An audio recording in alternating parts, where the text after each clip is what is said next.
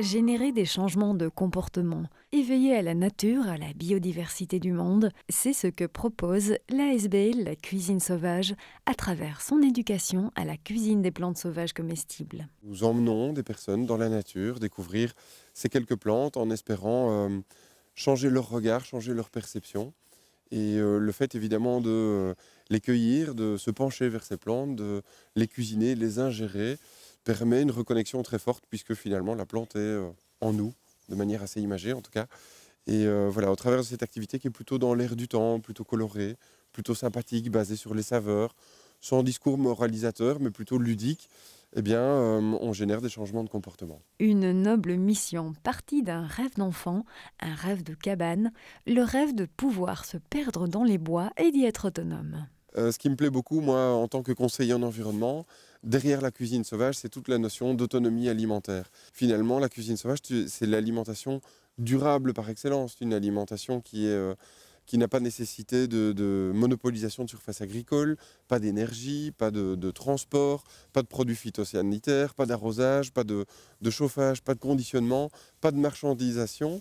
C'est une alimentation qui est ultra locale, qui est bio, si l'on veut, qui est ultra de saison et donc qui génère zéro impact sur l'environnement. Cuisine sauvage évite le culte de la personne. L'ASBL se présente en équipe, en projet.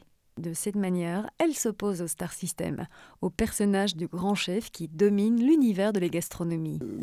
Mettre une personne en avant renforcerait l'idée que la cuisine sauvage est l'affaire d'initiés, que c'est quelque chose d'obscur, de savant, de scientifique. Et on aime plutôt montrer que c'est l'affaire de tout le monde, que c'est quelque chose de très simple, que tout le monde peut reconnaître une ortie, un pissenlit.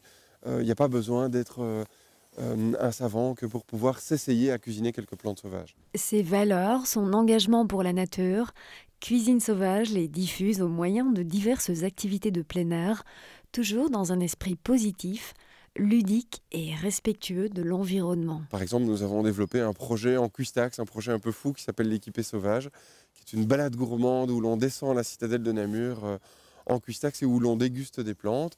Eh bien, c'était un événement que l'on a voulu être zéro carbone, zéro déchet, avec des fournisseurs locaux, avec des plantes sauvages bien entendu. Et donc, voilà, dans notre manière de travailler, on essaie de ne pas faire n'importe quoi non plus.